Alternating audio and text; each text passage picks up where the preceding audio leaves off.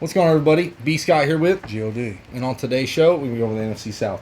You got the Tampa Bay Buccaneers adding Tom Brady. Once in a lifetime opportunity, obviously. You got the New Orleans Saints. Adam Emmanuel Sanders on offense. They've been ruling division, so that's going to be a tough fight at the top. But Atlanta Falcons, don't forget about them. They added Todd Gurley. Could be huge on that offensive side. Exactly. And the Carolina Panthers, they added a bunch of people, but it isn't going to matter. So, at the end of the day, this is our predictions of the NFC South. So keep it locked and loaded right here at the first four downs. Drop the logo.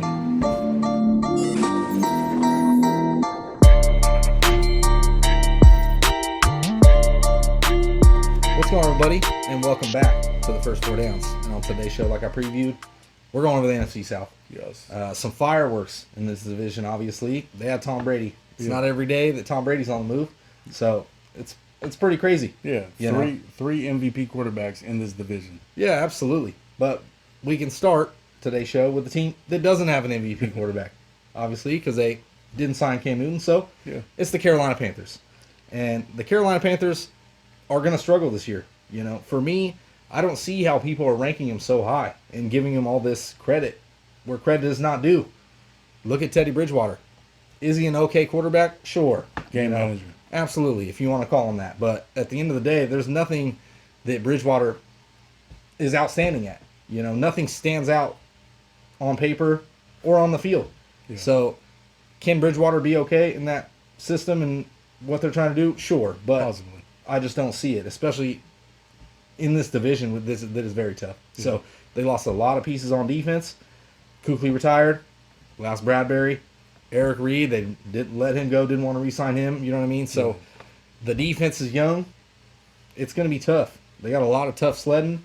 They had Robbie Anderson on the offense, but, I mean, let's be realistic. Robbie Anderson is a mediocre deep threat. At best. Exactly. So I got them at 4 wins.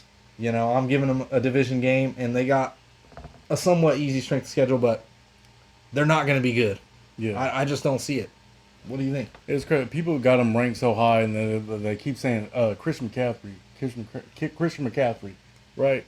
But I also remember Barry Sanders also being on a very terrible team on his whole career. Yeah. You know what I mean? You look at the team, like you said, they lost a lot of players. They got 8 new starters on that defense, losing Bradbury. I think Kuechly came as a surprise that he retired.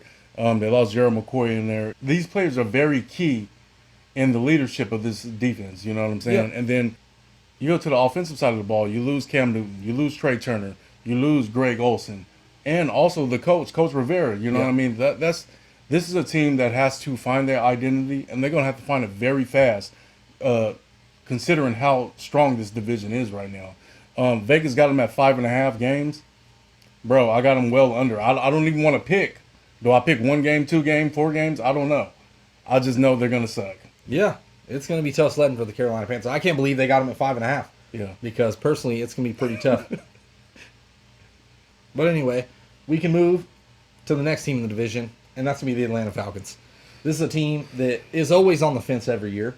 You know, they finished 7-9 back-to-back years, and I think they're going to finish right around that mark again. Now, yes, they had Todd Gurley. Absolute beast. They've actually lacked production at the running back position over the last couple of years, and I think that's hurt them. You go back to Matt Ryan's MVP year. Yeah. And Devontae Freeman was actually good. You know what I mean? So you bring in Gurley.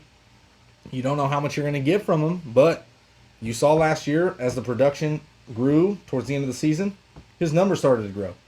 He's still a very productive running back. Now, is he going to be that elite top 5 running back? Probably not. But can he finish inside the top 10? Especially for fantasy? I think he could, possibly. So it's going to be good for the Atlanta Falcons. But Matt Ryan, another year, you know, over 35 years old.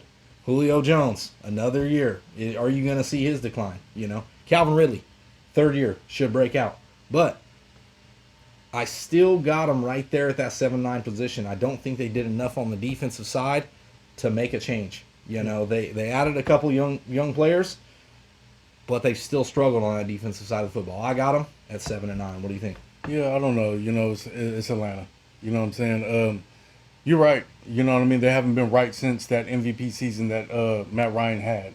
You know what I mean? In the wake of that Super Bowl where they, you know, just fell a little bit short. You know what I'm saying? And the key factor there, I think, was Devontae Freeman. Yeah. Now you go get this guy and Todd Gurley, who's been a monster since he's been in the league. Oh yeah, absolutely. And you think about the red zone woes that they've had, you know what I mean, not being able to feed Julio Jones the ball the way they wanted to. They just fixed that. You know what I'm saying? You go get a Gurley, even on limited productions. If he only played in the red zone, this kid is a monster, man. Yeah. You know what I'm saying? And safeties and the linebackers are gonna have to play this a little bit different. You're not gonna be able to triple team Julio Jones over there no more. You know what I mean? Yeah. So you got Calvin Ridley in his third year. He should blossom as well. Then they go get Hayden Hurst in the trade. You know what I mean, to supplement losing Austin Hooper. Yep. That should be firepower. I think Hayden Hurst is actually a good talent. You know what I mean? I think the offense can be there. The defense is what concerns you the most. You know what I'm saying? In the last 8 weeks of the season last year, they played pretty well. They were like first and third down packages and everything like that. But can they sustain that for a whole season? You look at the first half of the season, they only won one game. You know what I mean? So, they got to be consistent. That's the one thing on it. A lot of the players that they did lose were, underperformers. You look at Vic Beasley, who, like we said, his prime in that defense was probably only a year and a half in the 5 years that he played there. You know what I mean? Due to injury. Yeah. Neal, probably one of the best safeties in the league, honestly. Probably top 5. Can he stay on the field? Yeah. You know what I mean? In the last 3 years. They addressed it in the draft a little bit. They went and got AJ Terrell to line up with Sheffield and all those players back there. So, hopefully they're dominant again. Not necessarily dominant in that division. I don't see them being dominant. Hopefully they can just play. Yeah. And that's the best that you can hope for them. Just looking at it, I think they're too good, again, not to lose half of their games or win half of their games. I got them at 8-8. Vegas got them 7.5. So I got them right there. I just don't think in that division, respectfully, because of the teams the top 2 teams, they're ridiculous. Yeah. To be honest with you. You look at the top 2 teams, they got some of the best weapons in football. Yeah. Number 1 receiver, Michael Thomas, absolute beast.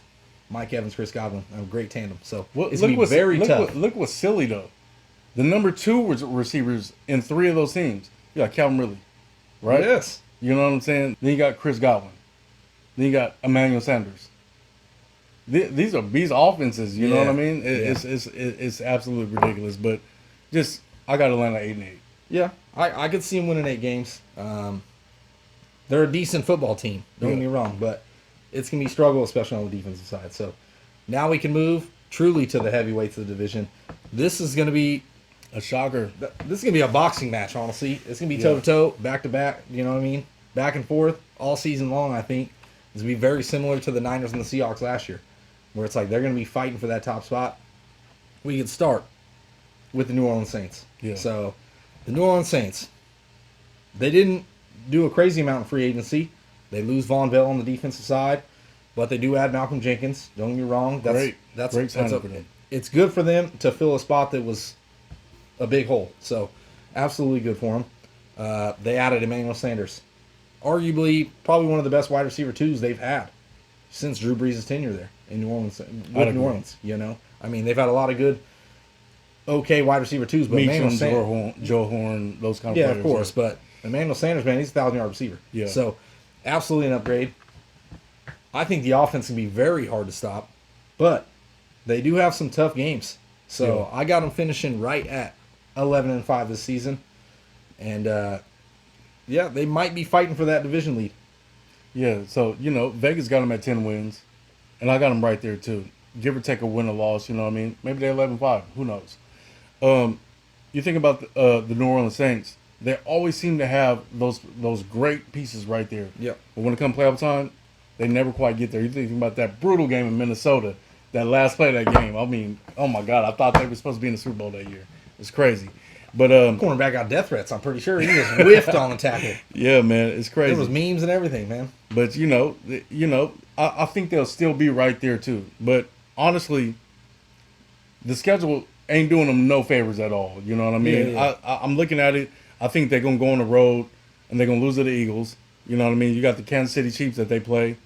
I think at Mile High with this new Drew Lock offense and Melvin Gordon, I think they're gonna lose up there.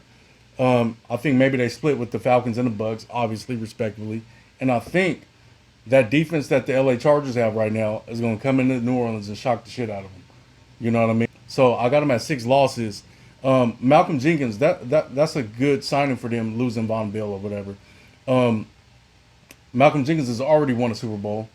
He's probably still right there in his prime, I think. You know what I mean? Is he actually the athlete that Von Bell is right now? Probably not. But I think just as a veteran leadership role type player for that secondary, that's an absolutely great signing. You think about on the offensive side of the ball, they went and signed Emmanuel Sanders, who was at the San Francisco 49ers last year. I think that's going to be absolutely great for him, like you said. Yeah. I do think maybe these offseason comments that Breeze has made may create some locker room turmoil. We'll see what happens with that. Hopefully that team stays together and sticks together with each other. We'll see what happens, but 10-6, I got them second in the division. I'm sorry. Tampa Bay is going to explode on them. Yeah, I mean, I think they might split with Tampa Bay, obviously. The Saints, they're going to finish 11-5. That's where I got them. I think they can. That's obviously a plus or minus game. I think they're going to get double-digit wins regardless. Drew Brees has shown, a little worse play on the road as his career's gone on. So, it definitely is going to be tough. The schedule, especially on the road, is a little tough. But absolutely 11 wins is more than plausible. So we can move now to the Buccaneers. Tampa Bay Buccaneers, right? And this is a team last year that finished 7-9. On offense, Jameis Winston had 5,000 passing yards. Yeah. He had over 30 touchdowns. Yeah. The problem is he had 30 interceptions. Yes. So you can sit here and say, of the 9 losses, 6 of them were by a single score or less. And Jameis turned the ball over like 25 times in those games, something like that. Very, very close numbers. So I think Brady coming to the Buccaneers is going to be ridiculous because you're talking about arguably one of the greatest quarterbacks of all time. Easily. Obviously, he's got 6 Super Bowls. We can all talk about it. Easily. It is what it is. So you can call him the GOAT, however you want to call it. He's great. He absolutely is. Now, is it a product of the Patriots? Is it a product of Bill Belichick? Or is it a product of Tom Brady? Yeah. This is really where it's going to show. And I think Brady's just got too many weapons, man. If they can keep him upright, if he can stay healthy, you got to add Gronkowski to that offense. Historic. Absolutely. You think about Rob Gronkowski. He retires from football because he's been injured and hurt every single year, and he's played through injury. Yeah. Now you bring Gronkowski back. He's 31 years old. And not to mention the injury of playing for Bill Belichick. Yeah. Now he no longer has to deal with that. Yeah. So absolutely, 31-year-old Rob Gronkowski, fully healthy. He hasn't been healthy since sophomore year. In his sophomore year, what did he do? Oh, he had 1,100 yards plus, ridiculous. 17 touchdowns. You know what I mean? So Brady's in a spot now, in a division now, where nobody has a top 5 defense. It's easy to say that they're going to win. That they're going to win the division. Yeah. I really think so. I think that defense struggled in the secondary, and they do need to address it. It's a huge problem. But I think in shootouts, Tom Brady is going to take care of business. Yeah. He knows how to get the wins when it matters. Yeah. He's that great of a quarterback. He knows how to run the system. We'll have to wait and see what happens. Don't get me wrong, but he's got so many weapons around him, it's hard to deny it. Yeah. So I personally got him 12 wins. I think I finished 12-4. They have some tough games, don't get me wrong, but they should win the division. I could see him taking this team, Shaq Barrett, that defensive line. You already know defensive lines win championships. Yeah, they do. So, absolutely, I could see this team going to the Super Bowl. Yeah, it's definitely possible. I can see it too. And what's crazy about that? Did you listen to our Super Bowl preview show? Yeah. That's crazy because I vividly remember saying Tampa Bay would take this division then with the Jameis Winston at the helm. And then in the very next segment, I remember saying that Tom Brady would switch teams. Who knew it would be Tampa Bay? Yeah. This is ridiculous, man. Right? Not only do you have Mike Evans, Chris Godwin, you know what I mean? Not only do you have O.J. Howard and Cameron Brate, but they also just added a little bit more and said, you know what, let's go get Gronkowski too. Right? Then in the first round of the draft, what do? with their first round pick. They go get Tristan Wirth out of Iowa. Freak athlete to protect Tom Brady. This offense is going to be ridiculous. You know what I mean? Yeah. Then in the third round, you go get Keyshawn Vaughn, who's an excellent playmaker. He can run through the tackles. He can catch passes out of the backfield. This kid is dynamite. Yeah. You got Ronald Jones still there, very fast. You know, he's not a pass catcher, but he's going to be able to make plays with this spread offense. You know what I mean? I think this offense is going to be arguably one of the best that's ever been assembled in its first year.